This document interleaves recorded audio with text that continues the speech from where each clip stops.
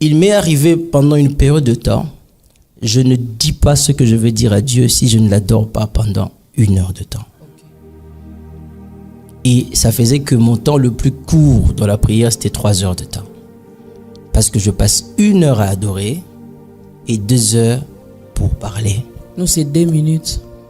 Adoration, 2 minutes. On demande pendant 1h30. Et puis, 2 heures, on commence à chasser les démons. Tu as déjà modélisé ça, tu sais comment ça se passe.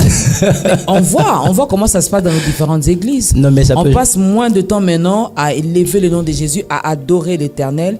Mais c'est beaucoup plus les demandes et aussi chasser les démons. C'est juste. Surtout les chrétiens congolais, ils aiment bien le combat. C'est juste un manque de révélation, maman.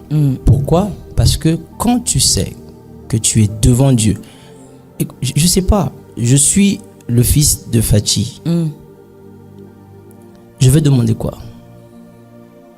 Je vais demander quoi à Fachi? C'est compliqué étant son fils. D'ailleurs, il sera étonné que papa donne-moi $100, il sera étonné. Parce que l'argent de poche est toujours disponible, la provision est toujours là. Mais le père aime aussi qu'on lui demande. Hein? Oui, mais le père, quand il dit demandez et l'on vous donnera, il dit demandez, on vous donnera, il dit frappez, on vous ouvrira, il dit cherchez, vous trouverez. C'est des dimensions. C'est 3 dimensions de la chrétienté établies. Les enfants, ils demandent. Aujourd'hui, vous ne demandez pas à votre papa. Vous allez lui donner, vous cherchez et vous lui donnez. Cherchez, vous trouverez. C'est la maturité. Cherchez, vous trouvez. Aujourd'hui, moi, je ne peux pas aller chez mon père, papa, donne-moi. Non, c'est moi qui passe là-bas, allez, je donne un peu. Je rentre à la maison parce que j'ai appris à chercher maintenant. Mais quand je suis bébé, il ne peut pas me dire de chercher. La dimension, c'est de demander. Mais quand tu commences à grandir, tu sais. Et souvent, il m'arrive de le poster. Quand je le poste, je dis, en tout cas, cet homme, si tu n'étais pas là, nous, on serait... Quand je regarde le nombre d'enfants que nous sommes, c'est que papa a fait. Je dis, mais cet homme, si c'est un homme fort. Et il m'arrive de le publier comme ça, en le louant presque. C'est mon père. C'est ce que je fais. Et ça lui fait du bien. Dernièrement, je viens te chercher, tu viens chez moi à la maison. J'ai pris maman, on est allé à la maison, on a mangé, on a fini, je suis allé le ramener. Et je dépose un peu d'argent en même temps. Ça lui fait du bien. Voilà, parce que j'ai grandi. Et donc, la demande, c'est un niveau bas. Mais si c'est ton niveau, fais-le. Mais tu apprendras qu'en adorant le Seigneur, tu vois combien il est grand. Plus tu vois combien il est grand, plus tu vois combien tes problèmes sont petits. Et la foi grandit et il les écrase. Mais est-ce qu'il a besoin de nos offrandes? Parce que nous devons lui apporter nos offrandes. Il en a besoin? Exactement, c'est un culte. Il n'y a pas de culte sans offrande. Nous faisons tout. Par exemple, ici, là, il faut des offrandes ici. Les acclamations, là, sont des offrandes. La louange qu'on a, ce sont des offrandes. Et si quelqu'un peut mettre l'argent ici, c'est correct et qu'il est touché par Dieu, c'est correct ici à ta grandeur. Commencer à le faire, c'est pas mauvais. Un culte n'existe pas sans une expression d'abandon. Et les offrandes sont des expressions d'abandon. C'est ça les offrandes. C'est une expression d'abandon. Et la plus grande offrande que Dieu attend de nous, c'est nos cœurs. C'est ça qu'il attend. Et souvent, certaines personnes expriment leur cœur par des moyens matériels. Parce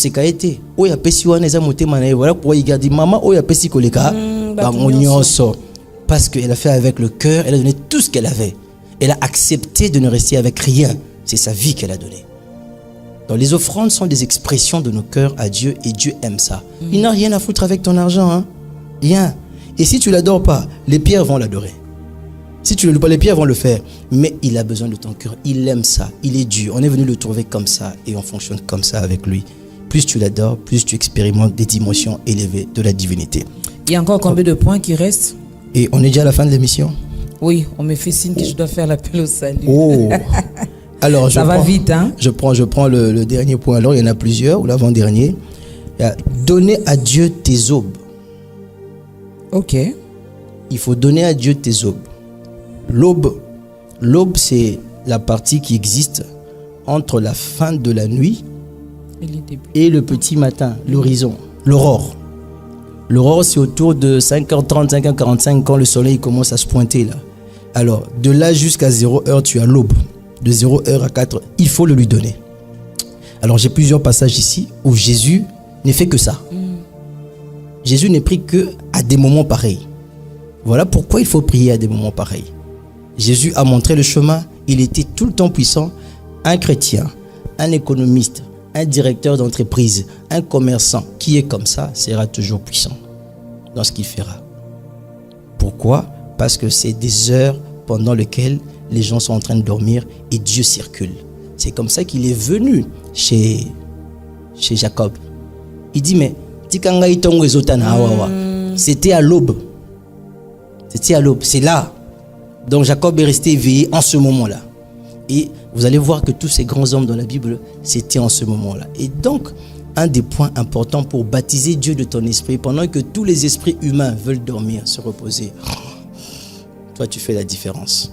Toi tu prends des 0 heures à 4 heures, à 5 heures du mat pour donner au Seigneur Jésus-Christ. Il y a tellement de passages, mais le temps est fini. Tous les soit télévision, c'est compliqué. Apporter à Dieu des cantiques nouveaux ou des chants saisonniers.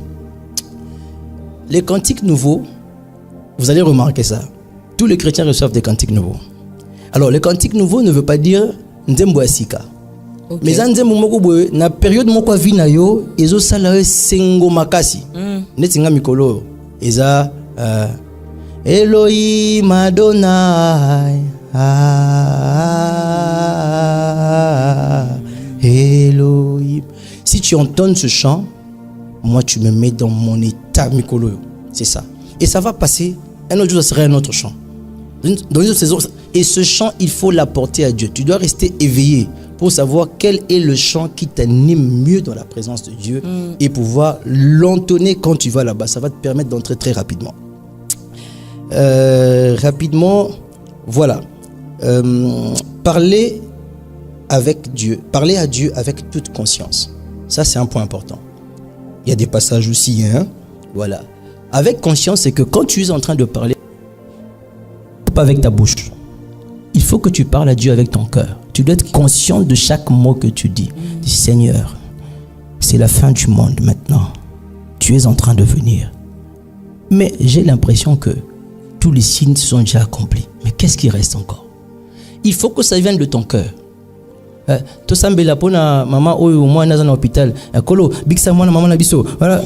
C'est en l'air. Il faut que ça vienne du cœur. Et le spirituel veut que le cœur et la bouche soient attachés. Tu dégages une grande puissance et tu attires Dieu parce que tu es vrai dans ce que tu es en train de dire. C'est très important. La Bible dit que si tu confesses de ta bouche et tu crois dans ton cœur, et la bouche et le cœur doivent aller ensemble quand tu parles à Dieu. Et par moments, ce n'est même pas la bouche qui parle, c'est le cœur seulement qui s'exprime dans un silence. Et ça, c'est très authentique. Il reste encore d'autres points. J'ai beaucoup de passages qu'on va donner après. Voilà. On va... sinon, on ne parlera pas de l'activité. Voilà. Alors, vous allez regarder votre caméra, pasteur oui, Max Daniel. Ouais. Oui, nous allons aider cette personne qui vient de prendre conscience, qui vient de comprendre que sans Dieu, je ne suis rien. Yes. Sans lui, je ne vaux rien. Sans lui, je ne peux rien. Aider cette personne à faire son entrée dans la grande famille des enfants de Dieu. Alors, frères et sœurs, tu nous as suivis. Certainement que le Seigneur t'a convaincu et que tu n'avais jamais cru en Jésus. Et tu te proposes quand même d'essayer. C'est déjà un pas. Mais il ne s'agit pas seulement de toi. Il s'agit aussi de ceux qui avaient fait un pas avec Jésus, mais qui s'étaient refroidis. Ce message, c'est aussi pour vous. C'est l'amour de Dieu qui vous attire. Vous ne serez plus rétrograde à partir de maintenant. On va faire cette prière ensemble, avec moi. Et l'Esprit de Dieu va vous accompagner. Priez avec moi avant que je ne prie. Seigneur Jésus, je te bénis maintenant pour l'occasion que tu m'as donnée de pouvoir entendre ton message. J'ai compris que je m'étais éloigné. J'ai compris que j'étais loin. Mais ta présence est le bonheur de ma vie. Ta présence est tout ce dont j'ai vraiment besoin. Ta présence est mon plus grand problème.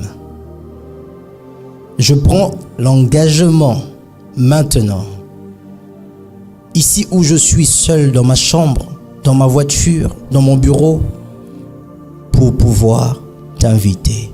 Viens Seigneur, viens Jésus-Christ, entre dans ma vie, prends le contrôle. Je suis un homme, une femme avec beaucoup de faiblesses, un humain, je ne peux rien, mais je sens que je dois me décider et je me décide et je sais que j'en ai pas la force pour avancer. Prends ma main, cher Seigneur, mène-moi vers la rive où je prendrai le bateau pour traverser vers le pays de la gloire.